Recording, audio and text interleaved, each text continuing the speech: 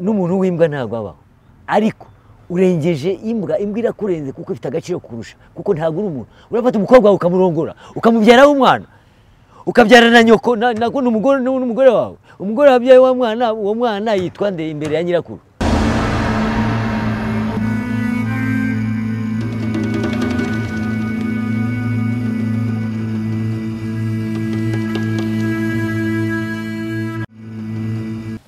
Tukiri handi tukiva mu kiganiro cyacu cyerekeranye n'uburyo u Rwanda rushaka kuboneranwa, reka tuvuyemo kuko hari n'abandi dushobora gufatanya tugakomeza kwiga kuri kiganiro. Muri umwanya turahangaha kuri parcelle ya boss, akaba ariho bansanze kugira ngo dukore ikiganiro. Boss yari yansabye ati gwino ugerageze ufotorere iyi nzu ubwo uko ndi kuyubaka batazanyiba amabati cyangwa ngo banyibe sima. Abakozi ni hafi 1 2 3 4 5 bari hejuru, hakaba n'abandi bari hasi. Reka rero dukomeze rero ikiganiro cyacu cyerekeye cy'abana b'Abanyarwanda. Tuvuga tuti Kanyombya Empire izakomeza nawe ikiganiro kugeza igihe uzajya muvuga ati ikiganiro kiraryoshye. Turashaka rero kugira ngo tujye mu muco nyarwanda nyawo, tuvuge imiterere y'Abanyarwanda nuko bagomba kwifata n'uburyo bagomba gukurikiza gakondo, bakavuga ati kera hahozeho ubu hariho. Reka rero tubanzirize tubabwira tuti nyabuna hirya no hino mu nshuti zacu, mu ba diaspora bacu bari hirya no hino mu bihugu bidukikije, n'abandi bari mu bihugu byo muri Amerika, n'abandi bari mu bihugu by'Uburaya, muri Australia tutabibagiye no muri Oceania. Ubwo ngo turavuga tuti mugerageze mukore subscribe, mukore share, mukore like kandi mukore na comment. Hagati aho rero turashaka kugira ngo tubahe umuco nyarwanda. Mu Rwanda ni amahoro, dufite amahoro ahamye kandi afite aho komoka, n'isoko y'amahoro turayifite, tuzaho yaturutse.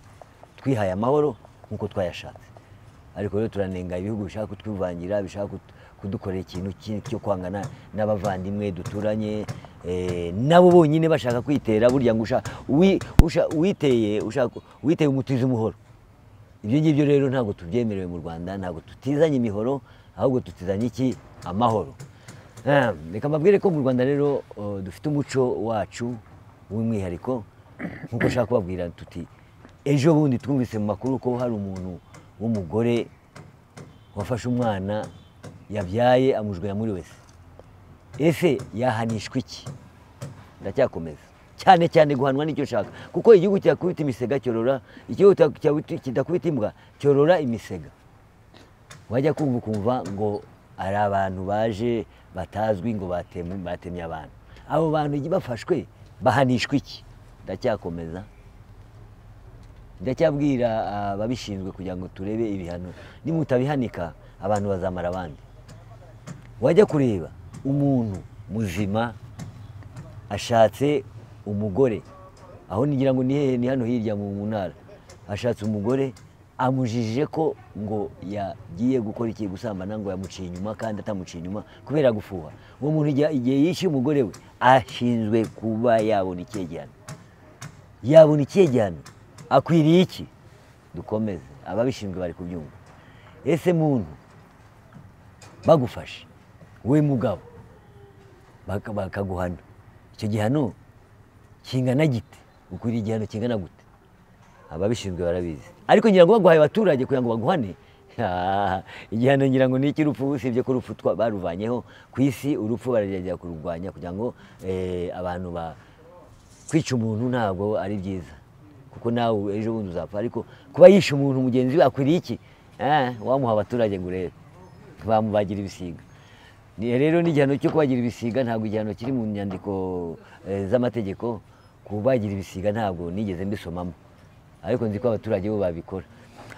Reka tongeye turebe, ese nk'umuntu waryamanye n'umukobwa we yabyaye, akamutera inda, akamubyaraho umwana, afite umugore, na wa mugore bakaba barabyaranye wa mwana wabyaye, umugabo wakoze ibyo bintu ku mwana we akwiriye iki? Wamuha abaturage. Sinzi ukuntu byagenze.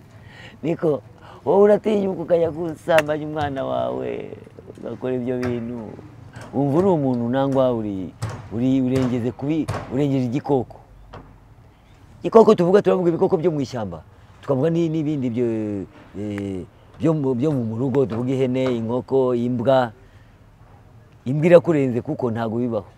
Burya umuntu baramutuka ngo imbwa, ntabwo umuntu ari imbwa, n'umuntu w'imbwa ntabwo abaho, ariko urengeje imbwa irakurenze kuko ifite agaciro kurusha, kuko ntabwo uri umuntu. Urafata umukobwa wawe ukamurongora ukamubyaraho umwana, ukabyara na nyoko nako n'umugore wawe, umugore wabyaye wa mwana, uwo mwana yitwa nde imbere ya nyirakuru? Ese ba bandi bakurikira wa mukobwa wateye inda, wowe se umubyara, ese bakwita nde imbere y'uwo mwana? Mbere y'aba bana bakwita nde? Ukwiriye iki? Ababishinzwe mufata akazi ababishinzwe. Ngewe ndi kuri Kanyombya Empire, Channel Kanyombya Empire na Instagram Kanyombya Live. Mubirebe, mubikurikirane, hanyuma mukore comment. Mbasabye gukora comment y'icyo kintu, mukore comment. Ntago mbatinye, ahasigaye ngewe nariyanze nta gisigaye, kuko numva aya magambo numva ndiyanze. Ese ndi umuntu? Ese uriya ava amaraso nanjye nkava ndi? Uriya ajya muri toilette akituma nkituma? Uriya akwiye kwituma? N'amahurungu ntabwo akwiye kwituma, akwiye kwituma amakoro, n'amakoro ni ayacu, kuko amakoro yubaka amazu. Sinzi ikintu agomba kwituma. Hari umugabo w'imyaka 33 mu murenge wa Gashanda mu karere ka Ngoma yategewe kunywa uducupa 7 tw'inzoga zizwi nk'ibyuma, ageze ku ka gatanu ahasiga ubuzima. Uwo ni umuntu w'umugabo warabikwiriye. Dore umuntu w'umugabo ni uyu nguyu ndamwemeye cyane. Yategewe amacupa 5 arindwi ya ntuza ya kandi niba bajya babita za nguvu ibintu bwa bundi bukomeye. Afata amacupa 7 arayanywa atararenga metero iya gatanu ajugunya imwe. Kuvuga ngo inkuru irakomeza ikavuga ngo ahasiga ubuzima 7. Ntabwo ari muzima yapfuye, ariko atarapfa akwiriye iki? Akinywa amacupa 3 n'uwamutegeye bakwiriye iki? Nyine aho ngaho navugaga nti ababishinzwe reka tureke wenda uyu nguyu witabye. Ariko mu gihe abantu bahari, uwo muntu wamutegeye amacupa 7 akwiriye iki? Akwiriye iki? Ariko ntabwo ari ikosa rye, ikosa ni ry'indambi. Ajya mu ntego y'amacupa 7 akayamira agapfa. Ahubwo uwo ni umuntu w'umugabo. Gupfa rero urupfu niho nduhereye inuza, urupfu nduhereye certificate.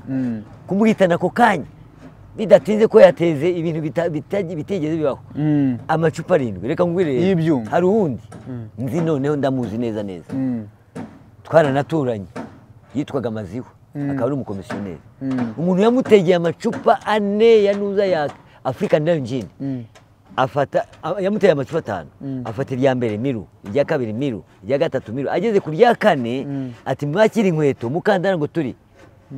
Barahambye, usibye ko umugore yaje kugira ngo atabare, asanga afite amafaranga 200 mu mufuka hehe igikondo. Hano Mburabuturu ndamuzi, yari akagabo kagufi. Niba ngo yaritabye Imana, uriya se yitaba Imana nangwa yari yahuye imbere, yari yahuye. Ese ikosa riba riri ku muntu wateza inzoga cyangwa ziba riri ku muntu wazinyweye? Ziba ziri ku muntu wazinyoye, kuko ni indambi. Uratega kugira ngo heko umufuka w'ibiro 100 by'ibigori nangwa by'ibishyimbo, ufite ibiro 20. Ntibakwikoreze uragutsikamira hasi, uratega utega iki? Ugomba kwireba uko ungana n'uko umeze. Bivuze ngo wateze rero nawe wateze ntabwo yishe umuntu ku mbaraga, ntabwo yaba yishe umuntu yagamije kumwica. Yashaka kureba ubugabo bwe, ukuntu ari umuntu w'umugabo, umuntu ari umubingo. Niba zimaze yaba yaramaraga ari amacupa, uriya wamutegeye yari kumwishyura iki? Ibyo bateze. Rero no gutega si byiza, kuko kera bihitana benshi. Uratega gusimbuka metero 200 ureba hasi, ujya hasi urafunama. Ufite umutaka se, ufite parashite, ufite iki? Utega gutyo rero nawe uba utari umuntu utega we rero ibintu nk'ibyo, nuvuga ko uba uri injiji, uburenze kuba imbwa. Wari uri ku kintu cyo kwica n'iki? Hari mu karere ka Kayonza umugabo yishe umushumba we amuziza kwicisha inka z'inzara. Inzara y'iki nka? Nawe yari umushumba, ari umukozi. Ese uriya wamwishyira akwiriye iki? Akwiriye iki? Ababishinzwe barabizi. Niba yafashwe umenye icyo akwiriye. Ikimukwiriye nicyo nshaka. Ikintu ushaka ndashaka kumenya ahanishwa iki? Akwiriye iki noneho? Ahanishwa ikintu igifungo, ariko akwiriye iki?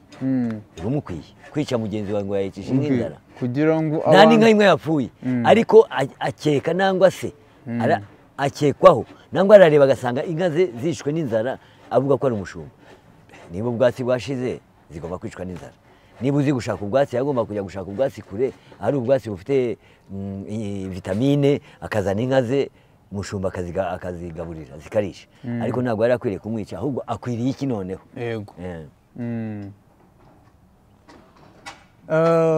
Ibintu biragoye, ndi kureba ndebe ngo umuntu wishe undi mu Rwanda ahanishwa iki? Si cyo se nasabaga, ndabaza ahanishwa iki? Ikimukwiriye ni igiki? Nibyo nanjye nshaka kureba, ndabona bampaye ibintu byinshi. Dosiye cy'amategeko y'u Rwanda avuga ku bihano bihabwa abahohotera abana. Oya, reka dukomeze, ndaza kurishaka nitonze. Ko twatangiye tuvuga guhohotera nk'uwo mugabo wahohoteye umukobwa we akabyarana nawe, nabwo ntituvuge ngo ni uguhohotera umukobwa we, yahohoteye n'umugore we na madamu yaramuhohoteye, kuko kugira ngo asange umwana ajye kubyarana n'umwana we yibyariye mu nda y'umugore we nawe, ko yahohoteye abantu babiri. Ntabwo ari abantu babiri gusa, ashobora kuba yahohoteye abantu batatu. Yahohoteye umwana, yahohoteye n'abo bavukana nabo, ahotera n'umugore, kuko uriya mwana bazamwitana. Ahubwo hari ikindi dukomeze rero, ahubwo se k'umuntu wabyaranye na mubyara we, umuntu wabyaranye, ariko ibyo bintu ngo biremewe?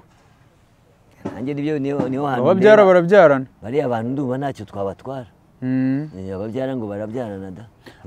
Twatangiye tuvuga umuco nyarwanda, umuco wo kudahana, tuvuga ati igihugu kidahana imbwa zicyorora imisega. None bigeze aho tuvuga tuti ese mubyara w'umuntu abyaranye nawe biremerewe? Ariko kugira ngo byemerwe, urabizi, byemerwa n'ababyeyi, byemerwa n'amategeko. Amategeko agasaba kubaza ababyeyi, murabyemeye ko uyu mubyara w'uyu akari mubyara we bahura bakabana bakarongorana? Aho ngaho rero niho ruzingiye. Ababyeyi babyanze barabyanga, ntabwo bibaho. Ese pasiteri cyangwa padiri yabasezeranye? Si byo byose, na pasiteri na padiri abaza gutyo nk'uko gitifu nawe abaza. Ndabona ku kintu kijyanye no guhohotera umwana ari ibintu birebire, kuko nk'aha ngo mu itegeko nomero 71/2018 ryo kuwa 31/8/2018 ryerekeye kurengera umwana, mu ngingo ya 28 ivuga ko bitabangamiye ibihano birushijeho gukomera biteganywa n'andi mategeko, umuntu wese uhoza umwana ku nkeke cyangwa umuha ibihano biremereye cyangwa bitesha agaciro, harimo n'ibyo ku mubiri, abakoze icyaha. Iyo abihamijwe n'urukiko ahanishwa igifungo kitari munsi y'imyaka 2 ariko kitarenze imyaka 3 n'ihazabu y'amafaranga y'u Rwanda atari munsi y'ibihumbi 200 ariko atarenze ibihumbi 300. Arewe nk'uriya padiri wasambanije umwana w'imyaka 15 akwiriye igihano nk'icyo ngicyo? Batura akwiriye iki? Akwiriye iki Batura? Abaturage akwiriye iki? Ibyo bihano ntabwo nabyemera, ahubwo nabidubura inshuro 1000. Ngo hazabaho y'amafaranga 300 no kurya indimi. Wacha, akwiriye igihano kiremereye. Ahohoteye umwana, nibyo kumuheza ku nkeke nayo iganisha ku rupfu, ushaka kumwica. Ariko kumusambanya umwana w'imyaka 15 ukamusambanya bikaba byaviramo n'urupfu cyangwa kumutera inda, ngo akwiriye ngo yaza. Batura akwiriye iki? Rekeraho ngo akandi kakarusho. Ese nk'uyu muntu twumvise wagambaniye umuntu hariya ku Gisozi, akagambanira umugabo we, akazana abasaza be bakamwica kubera ifaranga n'umutungo, bakamwica urubozo. Ese uriya mugore afunzwe n'amategeko baramukate? Oya, mbaza abaturage, n'ibyo amategeko nayo yarakoze ni sawa kuko afunzwe, ariko se Batura akwiriye iki? Azize umutungo we, azize imari ye, arashaka kugira ngo umugore amwice namara kumwica asigara n'abasaza be asigara arya imari yerekeye iwabo akwiriye iki? ese kuri wowe bumva uretse ngenda cyashakisha ariko ngende bize gutanga conclusion, ngende bize kubabwira icyo akwiriye.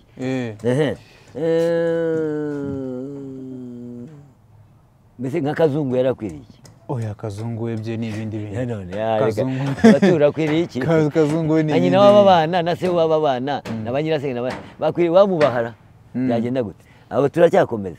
Hari akandi kantu karenze cyane kugambanira igihugu.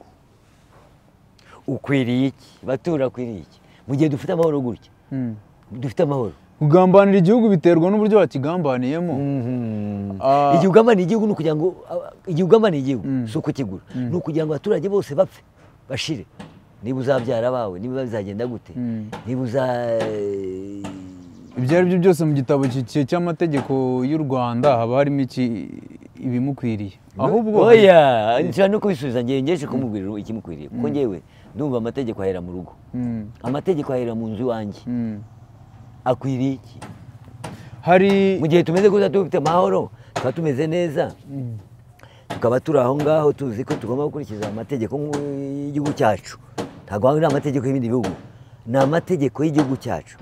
Kanyo ushaka kutwangiza hano hari inkuru ahubwo ushobora kuza gutekerezaho kabiri. Ushobora kuza kugambaniye igihugu icyo ukwiriye uragikwiriye. Erega uri inkotanyi urabizi se nishyiraho amategeko. Oya, ariko zararenganye nazo, ariko izo zararenganye nizo zishyiraho amategeko. Oya, si ikibazo cyawe, utanyumva nabi. None niba washinga inteko nshinga amategeko, ndakubwiye inkotanyi zararenganye ntabwo ari izo. None se uri inkotanyi? Ndiyo. None se ndiyo, ariko niyo ntabwo ninjye ushyira amategeko. Shyira amategeko. Okay, reka twikomereze basi. Nta mategeko nshyiraho. Ndumva birakarema. Hari umwana w'imyaka 15 i Rusizi, umusore w'imyaka 15 wo mu karere ka Rusizi akurikiranyweho kubwira mugenzi we amagambo y'ingengabitekerezo ya jenoside, yarangiza akamutera umusumari. Okay, uwakwiriye iki? Uwakwiriye iki? Umwana w'imyaka 15. Ngaho icyo akwiriye, afite 15, umwana w'imyaka 15 ni mukuru, yaba umukobwa yaba umuhungu, abari bakuru. Umwana w'imyaka 15 aba yarameze amabere. Niko shaka ukwiriye iki? Ibwirize, nibwira muteye umusumari, amubwira ibintu by'ingengabitekerezo, kandi ingengabitekerezo irabujijwe mu Rwanda. Aribyo bintu bishobora gukurura iki? Indi jenoside. Noneho natubwira icyo akwiriye, wenyine yasubize mbere yuko ababyeyi be basubiza, natubwira icyo akwiriye. Ese buriya bigenda bite kugira ngo umwana akurane ingengabitekerezo arinda agera imyaka 15? Kugira ngo agire ingengabitekerezo rero aba yarikuye umuki mu babyeyi be. Ahubwo ababyeyi be kugira ngo umuntu agire imyaka 15 afite ingengabitekerezo agomba kuba yarabibanye mu babyeyi be. Ni mu babyeyi be nangwa muri sosiyete nyarwanda abamo, nayo ifite ingengabitekerezo. Yego. Arayumva, arandura, akomereza aho ngaho kugera mu myaka 15. Ibyo bintu rero biri mu biki? Biri mu rwego rw'abantu bagiye hanze hariya bakoze jenoside, byarangiye bageraho bakabiganiraho bakatera amaboko hejuru ati twarabikoze. Umwana nawe akagendera muri icyo kigali akavuga ati nibyo, nibyo ngibyo. Bahunguka bagahungukana n'umwana, umwana akazana ya mico mibi y'ingengabitekerezo. Birashoboka nabyo, nuko ndashaka gutanga icyo bita example, urugero. Birashoboka kuba ababyeyi ari bikomoraho nangwa sosiyete nyarwanda mbi atuyemo. None turacyakomeza ngo njye ntabwo nari narangiza. Noneho akaba abantu bamwe n'abandi tumva ngo bahuza ibitsina ari abagabo, umwe agahuza igitsina mu kibuno, ibintu nk'ibyo ngibyo, undi nawe umugore ngo akakora ibidakorwa kuri mugenzi we. Bameze akwiriye iki? Ni nka wundi wikoresha icupa rya Heineken. Abo bose bakwiriye iki? Ndashaka kumenya icyo bakwiriye. Ako nta tegeko rihari, nta tegeko rihari, ariko ababishinzwe, abazi kunenga nangwa se abavunyi nangwa se abunzi muzunga mute?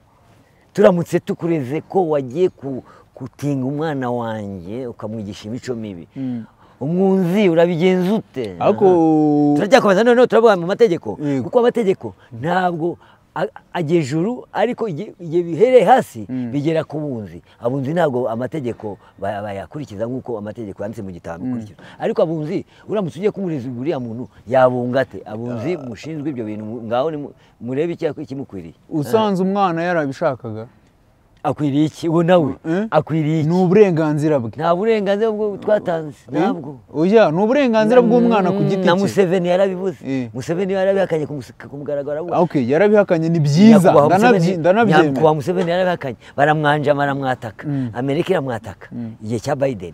Ariko Museveni yarabyanze burundu, ashyiraho n'itegeko n'igihano kigomba kuzabaho. Yego. Okay, ariko tuhagararaho kuko twebwe niba bitari byatugeraho akabaye icwende ni koga niyo koze ni kwa Museveni, akabaye icwende ni koga. Rero nanga ni kabicwende tuzamenya icyo dukora. Ariko njye aho hantu nyine ngo umuntu aba afite uburenganzira bwo gukoresha umubiri w'icyo ashaka. Oya n'Imana ntabwo ibyemera. Niba ngiye ubona abatora amatwi, ntabwo Imana burya nabyo izabitubaza. Niba Imana twemera, tuzi ko Imana iriho, abemera Imana nkatwe, abatemera niba abandi bajya gucuruza ijambo ry'Imana nangwa se bakagurisha amagambo bari bakwiriye y'Imana bakwiye kuvuga. Ariko niba Imana ibizi, ntabwo Imana yatubwiye, ntabwo Bikira Mariya ntabwo yigeze atora amatwi. Bikira Mariya yambaye umwenda, nicyo nzi.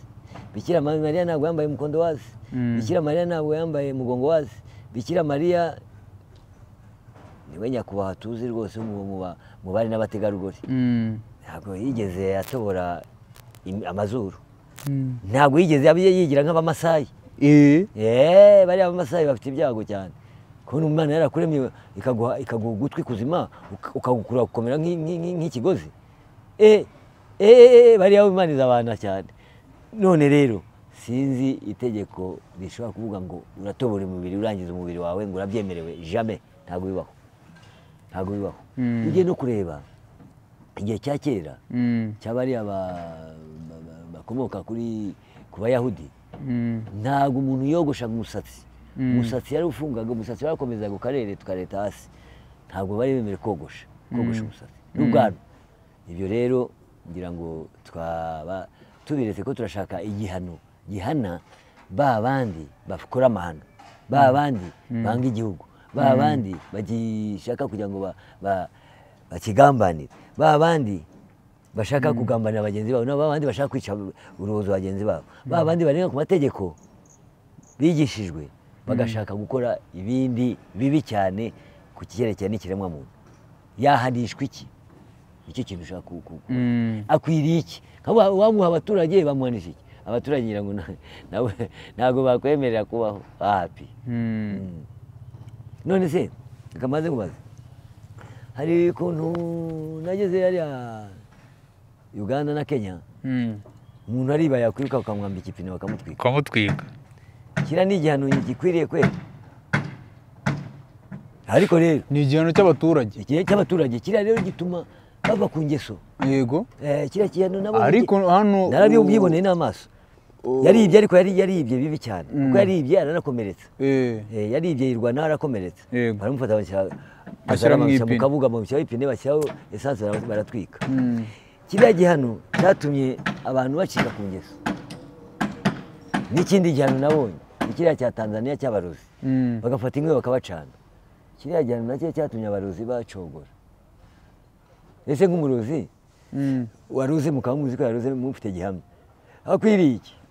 Arafungwa nyine agakurikiranwa n'amategeko. Reka ese wowe wumva akwiriye? Reka ntabwo wamufata abarozi ngo nta gihano baba bafite kubera ko ngo leta ntabwo yemera uburozi. Ntabwo yemera uburozi, kereka ugiye ukakora autopsy nabwo, ariko hari akaboko kagutamitse bagasanga n'uburozi nangwa acide nangwa ibindi. Ariko igihe akaboko katagaragaye kagutamitse ntabwo bemera uburozi. Ariko ngo inkoni ivuna igufwa ntabwo ivuna ingeso. Ntabwo bagukubita ibyo ngibyo, ariko rero niba abaturage bagucoma niba bakugenza gute ntabwo tubizi. Nabwo kugira ngo nkumire abaturage nuko mvuga ni ugiye mu baturage byagenda gute? It is question mark. This one is the question mark. Nubwo ni question. Abo tumushyira mu baturage bamuhanisha iki? ni question mark. Ariko ibyo bintu twagiye tubibona ku bantu ubwo twarenza amategeko kuko amategeko arahanisha igifungo aganisha imyaka iminsi ya zabu ariko abaturage bo ntabwo ari ukubanza bakurya mubisi.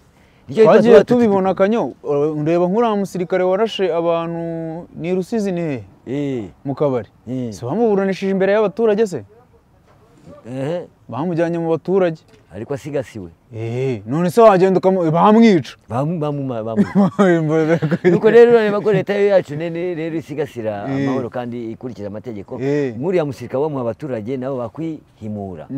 Ni nacyo gituma rero urebye icyerekeranye na jenoside yakorewe abatutsi mu Rwanda ntabwo leta yigeze ivuga iti nimwihimure kwa kundi abajenoside bakoze.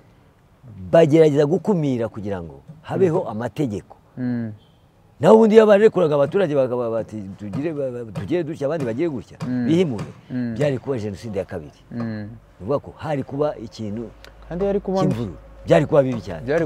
Byari kuba umuriro mubi cyane ariko kuva nyakubahwa Perezida Paul Kagame agiye ku butegetsi ibintu byose byagiye mu murongo. Nta banyaga nyir'icyaha na kugeza ubu ngubu itegeko riraguhana nta guhanwa n'umuntu ku giti cye. Itegeko ni ryo riguhana. Rero tugiye kujya ku musozo reka tugire icyo tubaza abanyarwanda bari gukurikirana ikiganiro. Ese muri comments mushobora kuba mufite ibyo muri vuge. Tubahaye urubuga rugari muvuge icyo mubitekerezaho.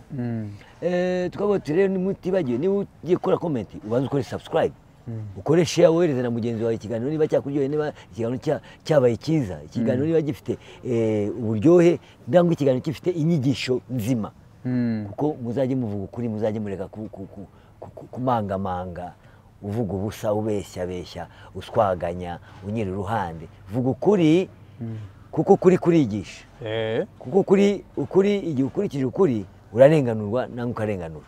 Nkaba mbasezeye mbabwira rero Kanyombya Empire ni channel yanyu muyikurikirane hirya no hino kuko ntihari bubure umuntu uvuga ngo bavuze.